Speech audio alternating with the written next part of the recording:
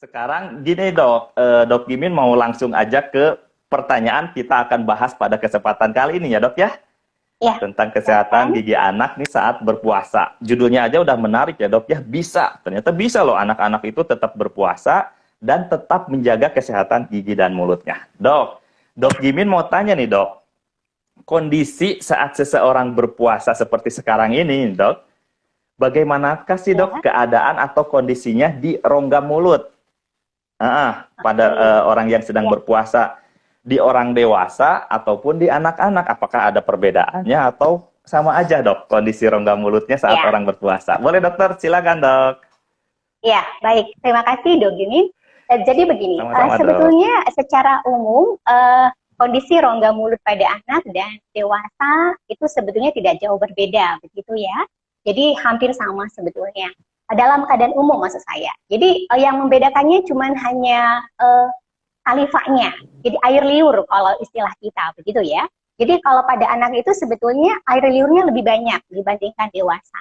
Kenapa? Karena memang sebetulnya perkembangan saraf otonomnya itu belum berkembang dengan sehingga biasanya air liurnya itu cukup banyak diproduksi. Ini sebetulnya kalau kita lihat anak-anak itu jarang ada karang giginya sebetulnya. Kenapa? Hmm, Karena air liurnya banyak, ludahnya banyak, sehingga dia menjadi pembersih secara iya, alami gitu ya di dalam rongga mulut, namanya self cleansing. Jadi dia bisa betul. membersihkan secara alami sehingga si air liur ini memang sangat berguna untuk membersihkan sisa makanan, juga dia akan mengurangi bakteri di dalam rongga mulut. Nah, makanya kadang-kadang Hmm, kalau ada anak nih datang ke klinik misalnya ya, Dok ini, jadi waktu kita periksa itu betul. biasanya ludahnya langsung penuh tuh di dalam mulutnya. Jadi Hmm, waktu pun kita mau menambal itu kadang-kadang kita cukup sulit gitu ya, karena ludahnya tuh banyak hmm, sekali. Artinya apa? Itu satu hal yang positif sebetulnya, gitu ya, cukup bagus bahkan. Kadang-kadang tanpa kita masukkan air pun gitu ya, kadang-kadang air liurnya itu banyak yang keluar gitu ya, waktu diperiksa rongga hmm, mulutnya. Artinya apa? Memang banyak sekali air liurnya gitu. Jadi itu satu hal yang sangat baik sebetulnya, sehingga pembersihannya itu sangat baik untuk anak gitu ya, sehingga makanan yang tadi mereka makan misalnya itu bisa bersih, kemudian juga mengurangi jumlah bakteri dalam rongga mulut anak, hmm, sehingga memang satu keuntungan jadinya gitu ya, walaupun sebetulnya itu berkaitan dengan perkembangan si saraf otonomnya yang belum sempurna perkembangannya, tapi menjadi satu hal yang positif sebetulnya. Kenapa? Karena anak itu akan mudah sekali membersihkannya dengan bantuan air liurnya. Nah, makanya seperti yang tadi saya katakan sebelumnya bahwa pada anak itu sebetulnya jarang sekali terbentuk karang gigi. Kecuali kalau hmm. memang punya satu kebiasaan-kebiasaan tertentu, misalnya dia mengunyah satu sisi. Nah, itu bisa menyebabkan sisi yang tidak dia pakai untuk mengunyah, itu biasanya ada penumpukan dari plak dulu sisa makanan, lama-lama jadi karang. Kenapa? Karena memang air liurnya, air ludahnya itu tidak mengalir ke sana. Nah, jadi sebetulnya yang Hmm, membedakannya itu adalah si air liurnya, baik jumlahnya maupun alirannya. Sehingga memang bagus sekali hmm. pada anak sebetulnya untuk mereka memproduksi secara alami pembersihan rongga mulutnya. Seperti itu, Dok Gimin. Oke, betul Ya, dok. Jadi sebetulnya ya, nggak jauh berbeda ya dok ya kondisi rongga mulut seseorang yang sedang puasa pada dewasa maupun pada anak-anak ya dok ya sebetulnya ya nggak ya, nggak nggak benar nggak jauh sekali. berbeda ya dok ya. Ya, Oke, ya, berarti oke ya, siap-siap dok. Cuma tadi air liurnya jadi sedikit berkurang ya dok ya kalau orang yang sedang berpuasa itu ya dok ya. ya. Jadi pada saat kita Oke. berpuasa, Mm-mm. sebetulnya memang si uh, air liur itu berkurang produksinya, gitu ya. Karena Iya memang ya. tidak ada kegiatan yang kita lakukan dalam rongga mulut, jadi produksi air liurnya Oh, berkurang.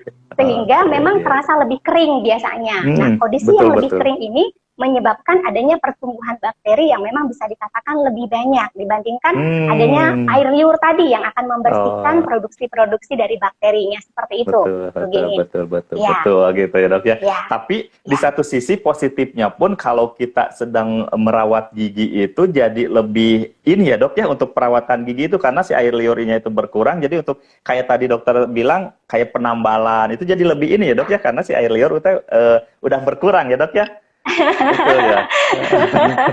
Ya, mungkin kalau untuk Oke. perawatan mungkin ada sedikit dampaknya, tetapi sebetulnya secara Hmm, umum tidak terlalu terlalu tidak mempengaruhi untuk terlalu. kita melakukan suatu tindakan sebetulnya. Biasanya nih dok, biasanya Ya, kebanyakan nih dok, ketika orang yang sedang berpuasa itu merasakan bahwa mungkin dirinya merasa ataupun orang lain dapat merasakan bahwa seseorang yang sedang berpuasa itu mulutnya dalam tanda kutip dok agak kurang sedap baunya dok. Itu kenapa sih dok penyebabnya dok? Boleh dok, silakan dok. Oke, jadi sebetulnya kan keadaan mulut kita tadi kering begitu ya. Kemudian memang ada bakteri yang memang bisa dikatakan kalau ada tadinya saliva atau air liur maksud saya yang bisa membersihkan. Jadi produksi bakteri itu kan sebetulnya bisa berkurang. Tapi pada waktu memang kondisinya dalam keadaan kering, nah jadi si bakteri ini pun jumlahnya itu bisa dikatakan lebih dibandingkan kalau memang ada air liur dalam rongga mulut kita, begitu ya. Nah, kemudian tadinya juga bisa diperparah dengan kondisi rongga mulut yang memang kotor. Ya, jadi artinya kondisi rongga mulut pun sebelumnya sudah cukup kotor gitu ya, sehingga memang itu pun dapat meningkatkan satu produksi namanya senyawa sulfur gitu ya dalam rongga mulut. Jadi dia meningkatkan senyawa sulfur itu dan biasanya itu berbau, ya, bau mulut. Ya, jadi sebetulnya sih itu bisa mempengaruhi. Makanya sebetulnya sangat baik apabila dalam keadaan kita berpuasa, rongga mulut kita tuh memang bersih dalam artian tidak ada karang gigi, tidak ada plak misalnya, atau bahkan tidak ada gigi berlubang. Karena itu bisa memperparah suatu kondisi sebetulnya. Selain tadi memang secara alami akan berkurang dulu produksi air liur, tetapi sebetulnya diperparah lagi dengan kondisi yang tadi. Apakah ada karang gigi, sisa makanan yang tidak terbersihkan, atau gigi yang berlubang. Ada juga kadang-kadang tambahan dengan penyakit-penyakit tertentu. Tetapi kalau kita melihat murni dari rongga mulutnya, nah itu lebih ke arah bahwa adanya suatu makanan, sisa makanan yang kita sebut plak begitu, atau karang gigi yang plak yang sudah mengeras itu yang memang ada dalam rongga mulut.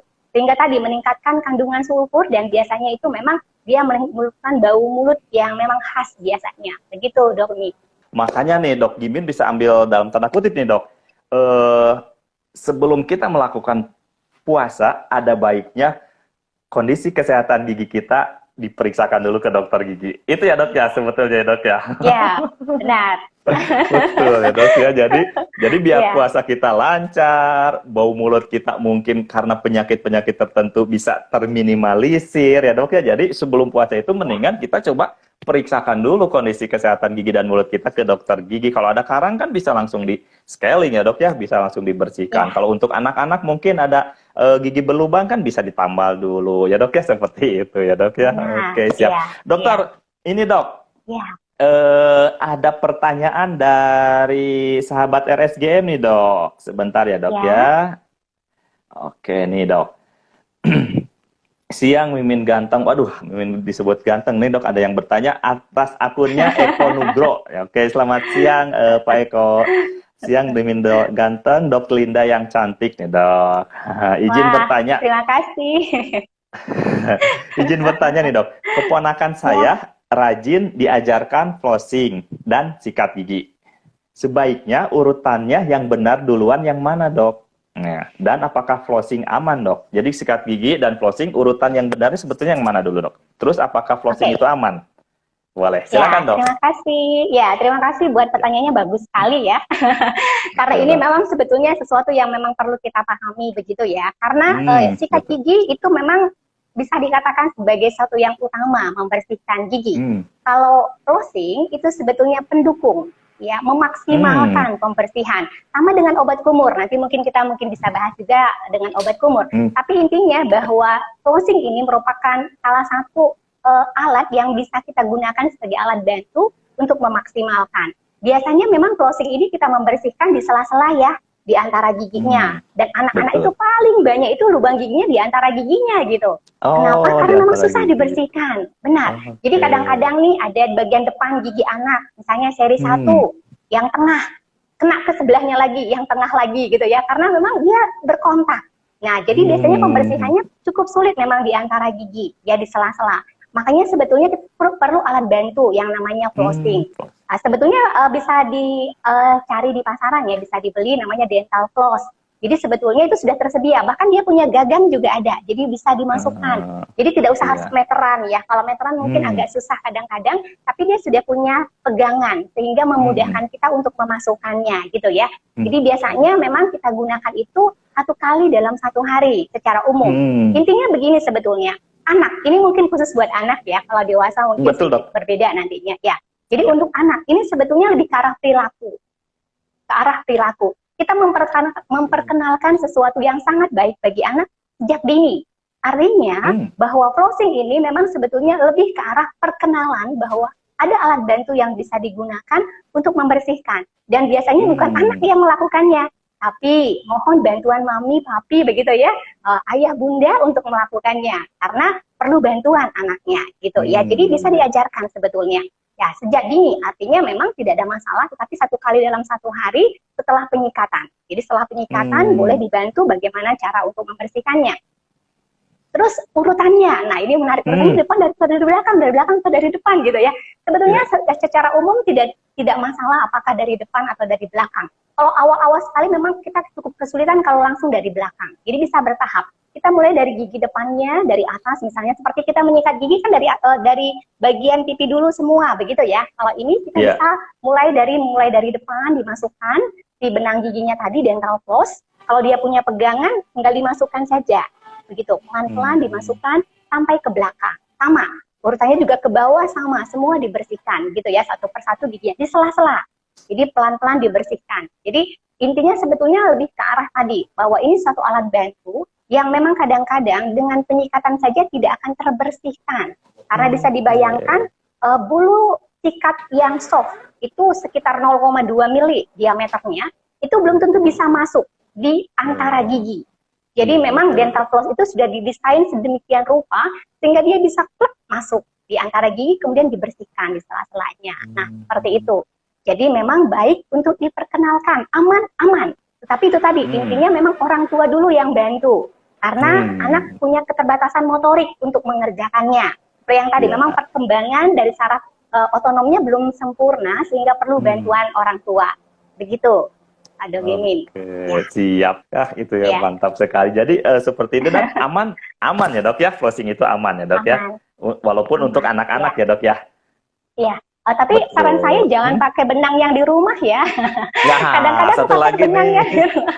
Ini khusus dental floss namanya ya, jadi dental floss.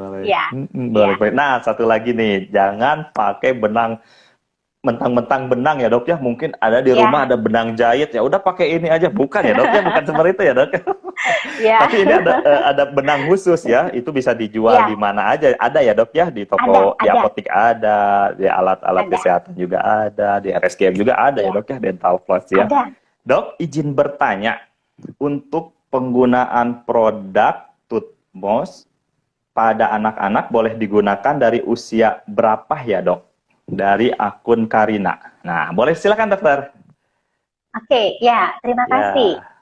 Jadi mungkin sedikit saya ceritakan tentang Tutmos ini sebetulnya ya. Jadi dia memang mengandung suatu kandungan yang baik pada gigi, terutama pada email gigi, begitu ya. Jadi memang Tutmos ini menarik karena dia punya beberapa rasa juga. Ada rasa melon, strawberry, begitu ya. Bisa disesuaikan dengan kebutuhan anak. Dan dia itu bisa mencegah terjadinya suatu suatu lubang ya, dia bisa mencegah. Jadi sifatnya preventif sebetulnya, dan ini bisa dikatakan sebagai preventif yang primer, sehingga memang sebetulnya disarankan, begitu ya, disarankan untuk digunakan sebetulnya pada gigi anak yang sudah tumbuh pertama sekalipun bisa disarankan. Tapi begini, pertimbangannya adalah biasanya kita punya beberapa hal, karena ini sebetulnya ada beberapa kandungan, ada kalsiumnya juga, kemudian ada fluornya juga. Kalau kita melihat memang sebetulnya secara umum anak ini kualitas, kalau dilihat dari resiko misalnya, kalau resiko itu artinya kan belum terbentuk lubang ya, Dok Gimin ya. Jadi kalau belum terbentuk lubang itu biasanya ada beberapa hal yang kita akan lihat.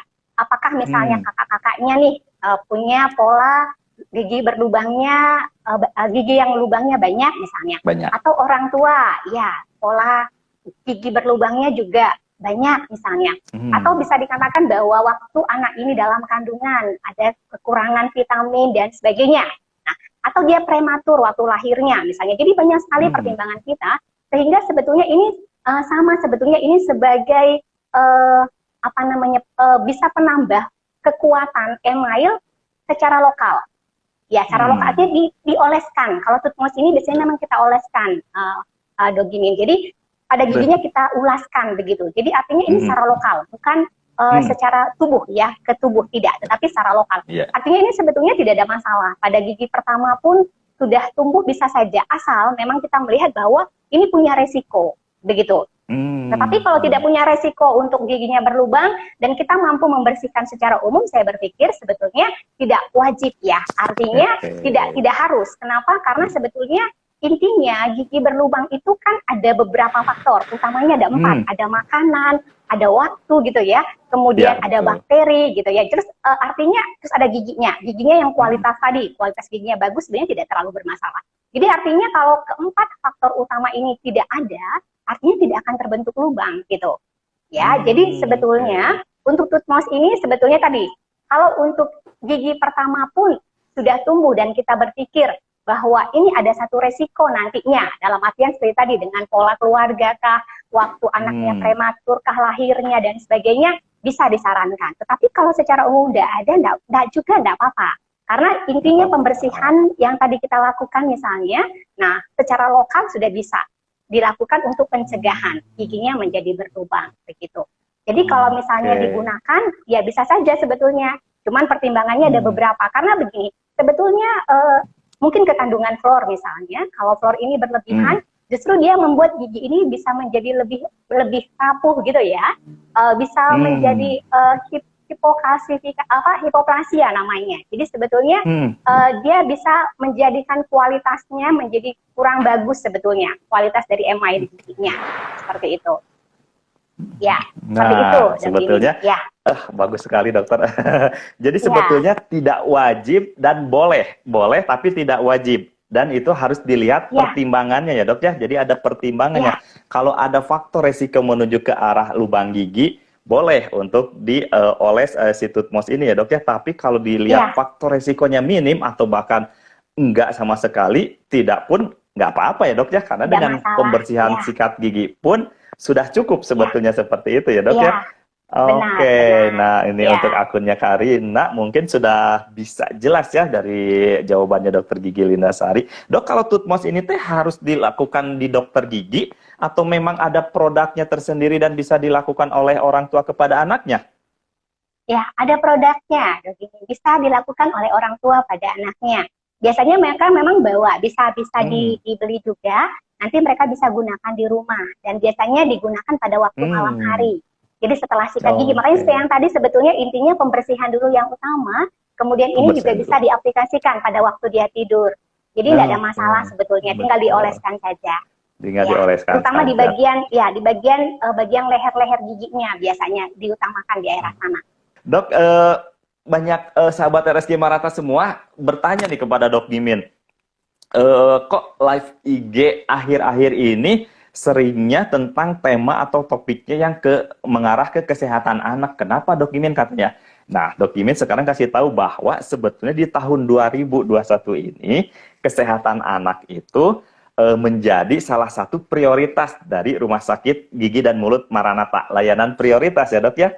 Kesehatan anak ini ada 2, spesialis anak dan spesialis kedokteran gigi anak. Nah, sahabat RSG Marata semua, makanya akhir-akhir ini topiknya itu kenapa masalah tentang anak-anak. Nah, karena ini merupakan salah satu layanan prioritas di tahun 2021 dari Rumah Sakit Gigi dan Mulut Maranatha. Kita prioritas anak itu ada 2, spesialis anak dan spesialis kedokteran gigi anak. Salah satunya Dokter Lindasari yang praktek di RSGM ya dok ya, seperti itu.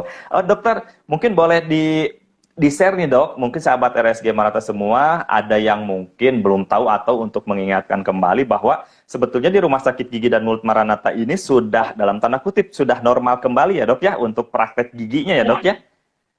Ya, benar sekali dok Gimin. Jadi betul, kita ya. sudah boleh di-share dokter untuk jadwal dokternya nih. Oke, ya. Jadi kalau saya pribadi, kalau saya prakteknya itu di setiap hari Senin, Selasa, Rabu ya, pukul 3 sampai pukul 8. Ya, jadi kita sebetulnya melayani bisa dikatakan seluruh perawatan yang dibutuhkan oleh anak. Bahkan kita punya perawatan yang namanya preventif primer gitu ya. Kita bisa aplikasi fluor, kemudian kita bisa melakukan sealant pada gigi yang titiknya dalam, ada garis dalam. Nah, itu preventif primer sebetulnya. Dan itu memang penting sekali. Kenapa? Karena itu adalah pencegahan utama. Diharapkan bahwa anak-anak kita nantinya bebas gigi berlubang, begitu ya. Caranya apa? Salah Iya. satunya seperti yang tadi, ya dengan aplikasi Iya. Floor, nanti kita bisa khususkan dosisnya disesuaikan, waktunya disesuaikan, Hmm. kebutuhannya disesuaikan. Bahkan kita akan punya form pengisian bagaimana si Hmm. resiko tadi yang saya sampaikan tadi di awal. Jadi kita punya resiko rendah, resiko sedang, resiko tinggi untuk gigi berlubang. Sehingga pada waktu kita menceklis resiko ini, Hmm. kita bisa melihat anak kita ini resiko mana ya. Nah, kapan kita melakukan floor? Kalau resikonya rendah, Betul. nggak perlu gitu. Kalau sedang Betul, bagaimana? betul. Kalau tinggi bagaimana? Nah, itu sebetulnya baik sekali sebetulnya. Paling tidak itu ada kontrol 6 bulan itu kami sarankan. Karena apa? Karena memang Hmm. anak ini unik ya, dalam artiannya Betul. unik itu dini nih. Kalau perilaku Hmm. kebentuk sejak dini, itu menjadi habit yang akan terus-menerus dilakukan oleh anak. Jadi kami Betul, sangat betul. berharap Ya. sebetulnya, ayo mami papi, ayah bunda, ayo bawa anak-anak kita untuk diperiksakan. Walaupun dok nggak ada keluhan, justru itu yang bagus sekali untuk kita periksakan. Kenapa? Nggak ada keluhan. Artinya kita Betul. menemukan sesuatu yang mungkin seharian kita tidak temukan. Karena seperti yang tadi, bagus kok giginya, nggak ada masalah. Nah waktu dilihat loh, ini ada titik yang dalam loh, ini ada garis yang dalam. Apa yang kita lakukan? Kita silen, kita tutup. Sehingga anak gampang sekali membersihkannya. Dan artinya tidak terjadi lubang begitu ya. Jadi sebetulnya kalau dilihat cukup baik sebetulnya pencegahan dini itu dilakukan. Kemudian kita juga punya yang namanya tahapan preventif sekunder begitu ya. Kita punya bisa melakukan penambalan dan sebagainya. Kemudian kita juga ada pencegahan tersier namanya, pencegahan di akhir di mana giginya sudah harus diambil, tetapi gigi yang menggantikannya belum tumbuh. Yang kita lakukan apa? Kita pelihara ruangannya dengan space maintainer namanya. Jadi sebetulnya pencegahannya itu 3 tahap loh, mami, papi, ayah, bunda. Artinya tidak hanya gigi berlubang, udah aja, enggak. Waktu harus dicabut dan belum waktunya untuk diganti, kita punya pertahanan dulu di sini supaya tetap berkembang rahangnya, bisa dipakai mengunyah, secara estetik dia bagus dan berkembang dengan baik sehingga makanan pun yang dikonsumsi itu bagus untuk dicerna. Nah seperti itu Dok Gimin. Ya. Nah sangat lengkap sekali nih Dokter Linda Sari. Makanya mami papi ayah bunda ini pentingnya untuk kontrol ke dokter gigi sejak dini, bahwa anak-anaknya sejak dini minimal 6 bulan sekali. Walaupun dirasa nggak ada keluhan, ternyata pas diperiksa ke dokter gigi ini ada loh titiknya yang itu untuk nantinya bakal berlubang, ini ada loh, ini harusnya dicabut tapi gigi yang penggantinya belum tumbuh. Ada untuk tindakan-tindakan yang seperti itu ya dok ya. Makanya itu pentingnya konsultasi ke dokter gigi minimal, makanya disarankan itu periksa itu per 6 bulan sekali ya dok ya. Jangan justru bagusnya itu ketika tidak ada keluhan. Kalau udah ada keluhan itu nanti treatmentnya bisa panjang ya dok ya. Belum lagi waktunya, belum lagi biayanya, belum lagi segala sesuatu. Makanya sebelum ada keluhan dan itu semua mendingan dikonsultasikan, mendingan diperiksakan ya dok ya, itu lebih tindakan lebih preventif.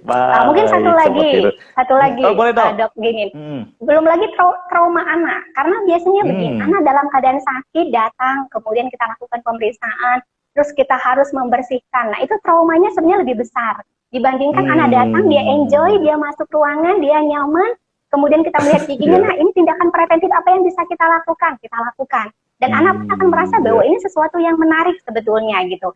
Bahkan ada beberapa anak itu dia mau datang itu ke klinik itu karena dia mau main prosotan. Artinya dia sebetulnya tidak sakit gigi, tapi dia senang tuh duduk di atas kursi gigi. Kemudian kenapa? Karena dia merasa nyaman gitu. Jadi ayo mami papi juga ya bunda, jangan menyebabkan trauma karena itu tadi anak-anak sampai giginya berlubang, bengkak baru dibawa dan kemudian harus dicabut begitu. Ya, seperti betul. itu. Nah, itu satu lagi. Oke, dok, lanjut ke topik nih, dok. Mengenai kesehatan gigi anak saat berpuasa. No. Dok Gimin masih punya pertanyaan nih, dok. Supaya anak tetap dapat menjaga kesehatan gigi dan mulutnya saat berpuasa nih, dok. Apa yang harus dilakukan terutama oleh orang tuanya? Nih dok, seperti itu tips-tipsnya seperti apa nih dok supaya gigi anak itu tetap sehat, tetapi saat berpuasa nih apa yang harus dilakukan terutama kan oleh orang tuanya karena anak-anak kan masih mencontoh, masih belum tahu nih. Biasanya apa aja sih dok tips-tipsnya supaya giginya tetap sehat bagi anak yang sedang menjalankan puasa nih dok? Apa aja nih dok? Baik.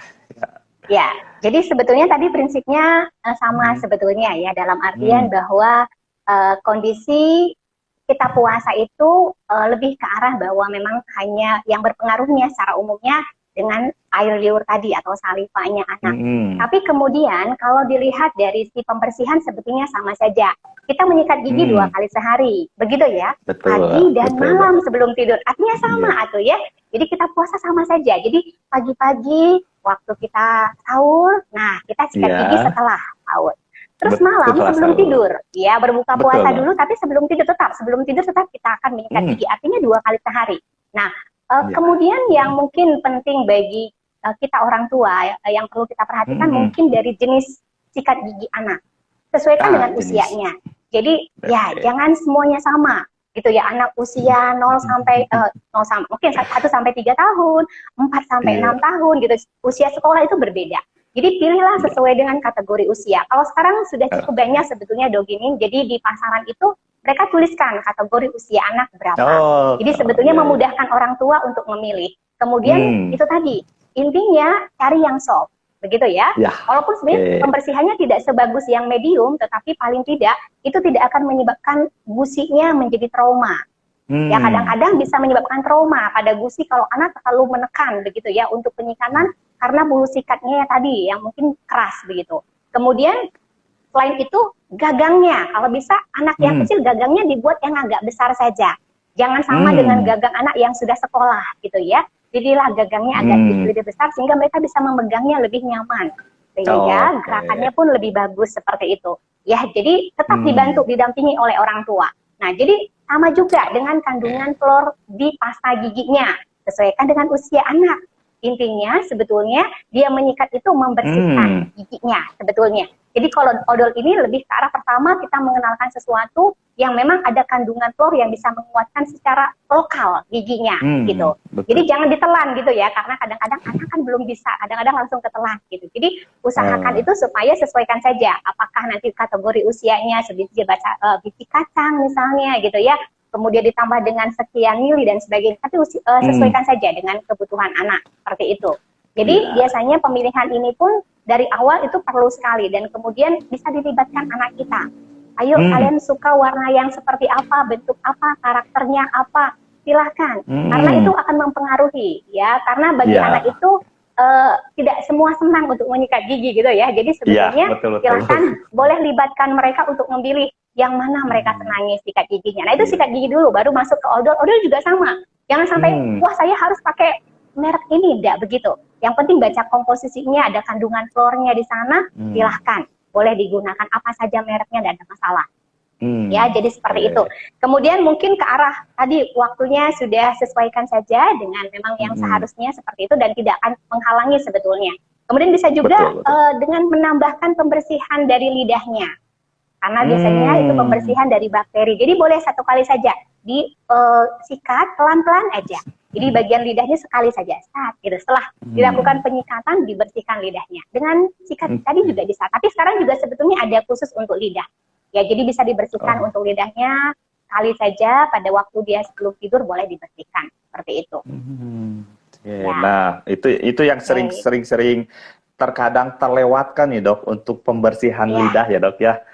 Jangankan orang tua ke anak, mungkin dalam tanda kutip ya dok ya, dok Gimin juga kadang-kadang sering lupa deh dok mengenai pembersihan lidah nih dok. Kadang-kadang itu yang harus selalu ditekankan ya dok, minimal setelah sikat gigi terakhir baru lidah dibersihkan ya dok, karena kan ada bakteri juga ya dok ya, dan harus dibersihkan juga si lidah itu ya dok ya. Nah, jadi sebenarnya begini, kenapa mungkin sekarang juga kita belum terbiasa gitu ya, mungkin karena kita kecil dulu juga tidak dibiasakan gitu.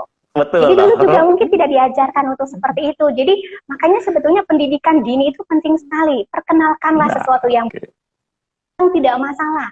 Yang penting itu menjadi satu kebiasaan yang baik bagi anak, dan dia tidak perlu terus mengingatkannya lagi nanti saat dia mulai besar dan dewasa begitu ya, dan mandiri. Jadi memang semuanya hal-hal yang memang penting itu bisa diperkenalkan sejak dini seperti itu. Betul. Dokter, Dok Gimin mau potong dulu dok. Sebetulnya mungkin tips-tipsnya atau cara menjaga kesehatan gigi anak saat berpuasa masih banyak ya dok ya, selain yang tadi sebutkan. Nah, Dok Gimin mau informasiin dulu ke sahabat-sahabat RSG Maranatha semua bahwa nih selain kan kita masih dalam masa pandemi nih dok ya. Jadi Rumah Sakit Ya, Gigi dan Mulut Maranatha pun tetap melayani yang namanya telemedicine ya dok ya. Jadi benar. bagi Ya, bapak ibu yang mungkin dalam tanda kutip masih belum bisa keluar rumah atau masih ada mempunyai rasa takut ke rumah sakit, padahal sebetulnya sih udah jangan takut lagi ke rumah sakit ya dok ya, karena di RSG Maranatha sendiri itu protokol kesehatannya sehingga saat ini dan sampai kapanpun pandemi tetap dilakukan ya dok ya. Jadi ya, kalaupun memang tidak sempat atau tidak mau ke rumah sakit, kita ada kok layanan yang namanya telemedicine. Nanti sahabat RSG Maranatha semua tinggal duduk aja di rumah ataupun di kantor atau di mana,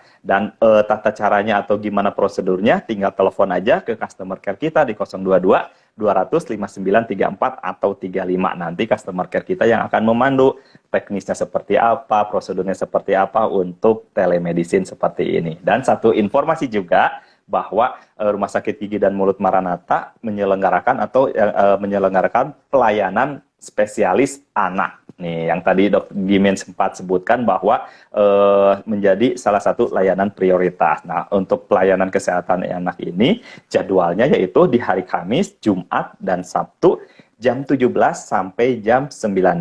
Nanti kalau informasi lebih lengkapnya boleh ditelepon aja ke customer care 022 200 5934 atau 35. Nah, itu yang disampaikan Dok Gimin. Jadi bagi sahabat-sahabat RSG Maranatha semua yang memiliki anak atau buah hati yang atau lagi sakit ataupun sedang sehat yang mau divaksinasi, boleh kok ke RSG Maranatha seperti itu ya dok ya, karena di kita menyelenggarakan spesialis anak juga yang merupakan salah satu layanan prioritas di tahun 2021 nih dok. Silakan dok untuk dilanjutkan mengenai tips menjaga kesehatan gigi dan mulut pada anak saat berpuasa. Monggo dok, silakan dok. ya. Baik, ya, tadi sudah beberapa hal yang saya Betul sampaikan. dok. Kaitannya yang utama ya, tentang Betul. bagaimana pembersihan gigi, waktu membersihkannya, kemudian berkaitan sama odol tadi, begitu ya, pasta gigi yang digunakan. Nah, kemudian Betul. sama kita masuk ke, bisa dikatakan sebagai alat bantu kembali gitu ya, untuk memaksimalkan pembersihan gigi. Namanya obat kumur, begitu ya. Nah, Walaupun betul. sebetulnya obat kumur ini ada kategorinya, Dok Gini.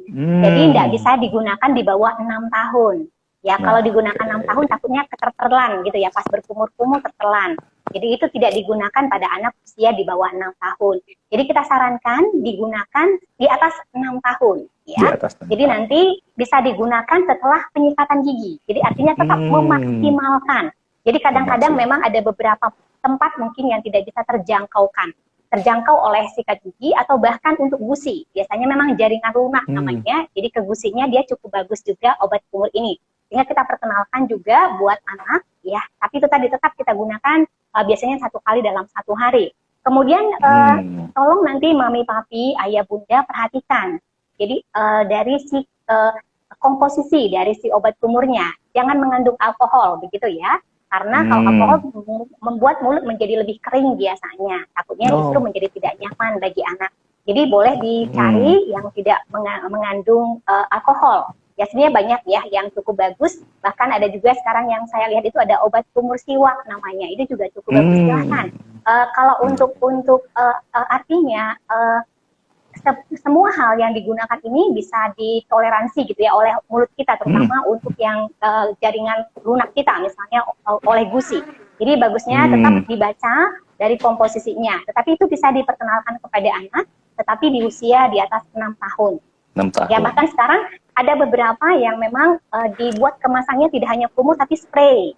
Ada juga spray, Dogimit. Ya jadi bisa disemprotkan gitu ya. Itu untuk di bawah 6 tahun memungkinkan. Kenapa?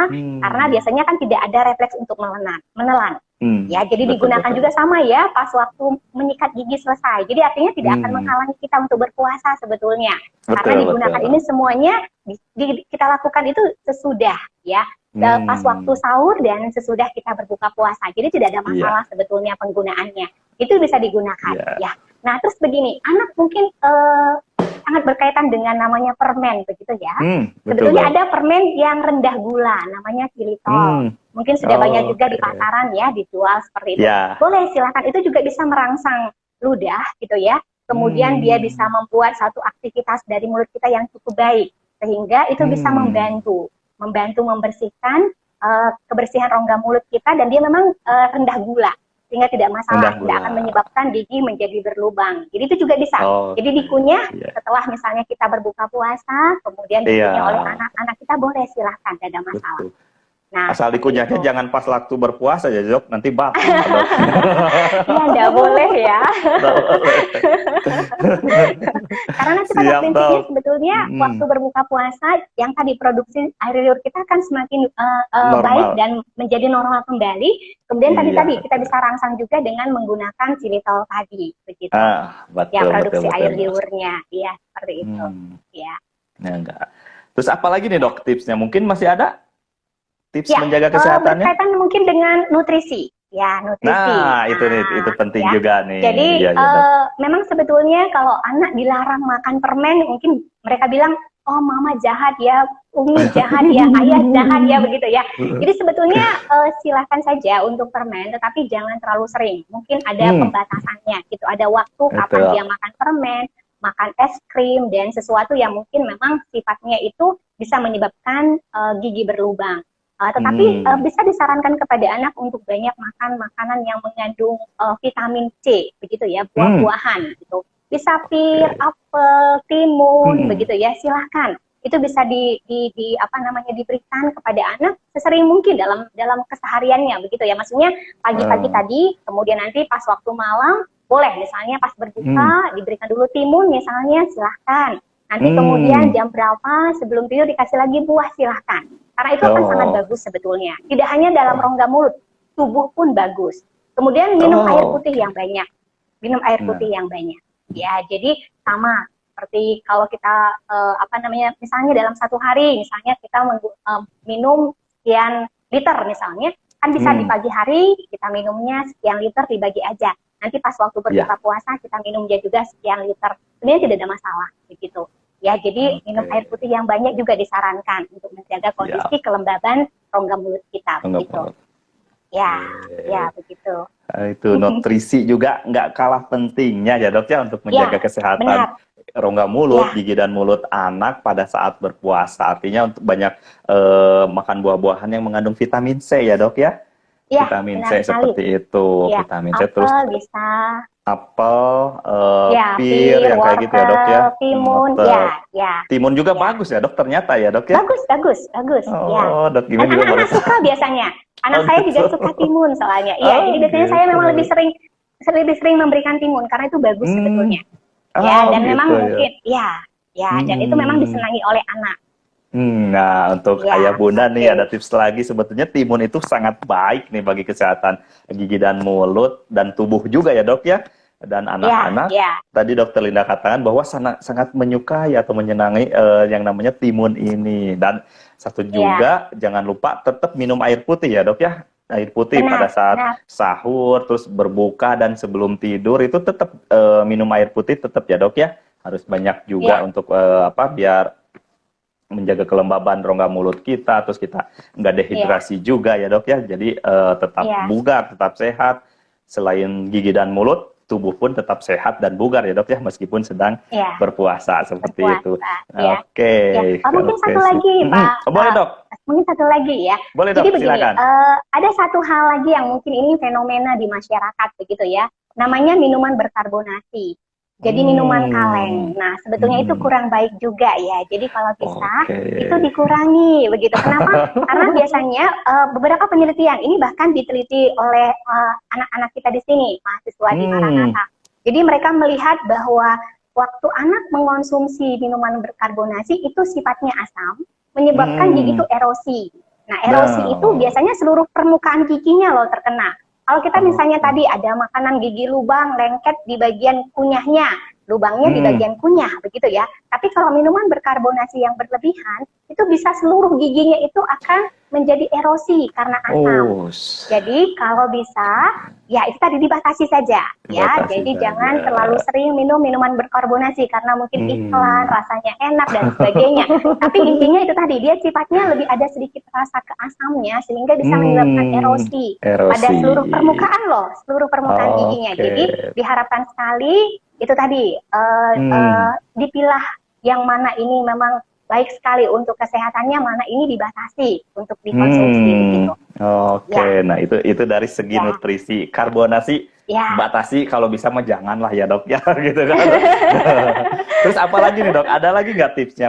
Kita masih ada waktu nih dok. Misalnya kayak Oke. tadi dok Gimin waktu di pembukaan, biar pas waktu kita lakukan puasa itu nggak ada masalah gigi dan mulut, ya minimal kontrol ke dokter giginya itu sebelum puasa nih kan gitu dok. Itu Ya. mungkin masuk tips atau enggak ya dok? Ya, itu salah satu yang memang bisa kita lakukan ya, Oke, ada gini. Jadi iya. begini, sebetulnya sama sebenarnya kan pencegahan itu dilakukan sebelum terjadi begitu ya. Jadi memang Betul. sebetulnya ini mungkin pengalaman untuk berikutnya juga silahkan. Artinya begini, sebelum puasa atau bahkan sebenarnya keseharian ya, karena sebenarnya kalau sakit gigi betul. ini mengganggu loh, tidak Betul. nyaman sebetulnya begitu ya. Bahkan Betul, Dok. anak-anak bisa tidak sekolah, anak-anak merasa rasanya tidak nyaman untuk bermain begitu ya. Jadi sebetulnya Betul. setiap hari bisa dilakukan pencegahan sebetulnya. Tapi kalau untuk melihat untuk kita masuk ke yang tadi misalnya untuk pencegahan yang memang benar-benar bisa dilakukan sebelum puasa, boleh. Jadi pemeriksaan. Jadi pemeriksaan dulu gigi-gigi yang lubang, mangga ditambal dulu begitu ya. Kemudian misalnya gigi tadi yang tidak ada masalah pun silahkan kita kasih fluor dulu supaya ada penjagaan gitu ya, ada keamanannya dulu gitu ya. Jadi artinya ada satu protek di giginya itu sehingga nantinya tidak akan terjadi lubang atau misalnya keluhan pada akhirnya gitu. Jadi sebetulnya memang bagus sebelum kita masuk ke bulan puasa begitu ya, kita melakukan pemeriksaan dulu ke dokter gigi, kemudian diperiksakan hal-hal yang memang penting untuk dilakukan. Bahkan untuk pencabutan pun bisa dilakukan, bisa begitu ya. Artinya memang tidak akan mengganggu aktivitasnya nantinya gitu. Ya begitu. Untuk perangsangnya itu bagi seorang tua biasanya suka memberikan sesuatu nih dok kepada anak-anak. Itu mungkin bisa menjadi tips ya dok ya, yang sangat menarik ya dok ya. Benar. Betul, dok. Jadi lebih ke arah mungkin reward begitu ya, satu penghargaan. Nah, iya. Kita menghargai, mengapresiasi gitu ya, bagaimana niat anak. Jadi sebetulnya anak berpuasa, kemudian anak pun melakukan tindakan pembersihan gigi yang memang begitu yang kita harapkan, kita perlu kasih reward pada anak. Artinya apa? Bukan sesuatu yang artinya kita mengiming-iming, enggak, bukan.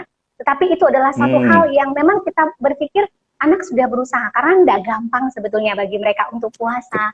Enggak gampang bagi mereka untuk membersihkan rongga mulut mereka sebelum tidur, itu capek loh. Jangankan anak. Kita aja kadang-kadang kalau udah pulang kerja, tidur aja lah. Salah besok aja sikat giginya gitu ya. Jadi intinya anak itu berjuang loh sebetulnya. Jadi mereka itu sebetulnya pun punya upaya untuk melakukan sesuatu yang memang baik bagi mereka begitu, walaupun sebetulnya pemikiran mereka tidak sejauh kita orang tua begitu. Jadi bisa dikasihkan reward. Kalau reward itu banyak sebetulnya, tidak harus berupa barang, tidak harus berupa uang. Bahkan kalau uang sebenarnya tidak disarankan sebetulnya ya. Jadi tidak harus berupa sesuatu yang sepertinya ini harus membutuhkan sesuatu yang pengeluaran yang besar, enggak. Tapi reward itu bisa dengan pelukan gitu ya, dengan ciuman, bahkan great job gitu, you are good gitu. Jadi hal-hal yang sangat-sangat positif bisa kita sampaikan, pujian gitu ya, pelukan. Bahkan kadang-kadang nih bisa kita buatkan, mereka suka apa nih untuk berbuka puasa. Terima kasih banyak Dr. Gigi Lindasari, selamat siang dan sampai jumpa ya dok. Ya, terima kasih, selamat siang. Oke. Baik sahabat RSG Maranatha semua, talk show Instagram kita pada kesempatan kali ini telah selesai. Sekali lagi Dok Gimin ngucapin terima kasih banyak atas apresiasi dari tadi, dari sejak jam 11 bergabung bersama kami.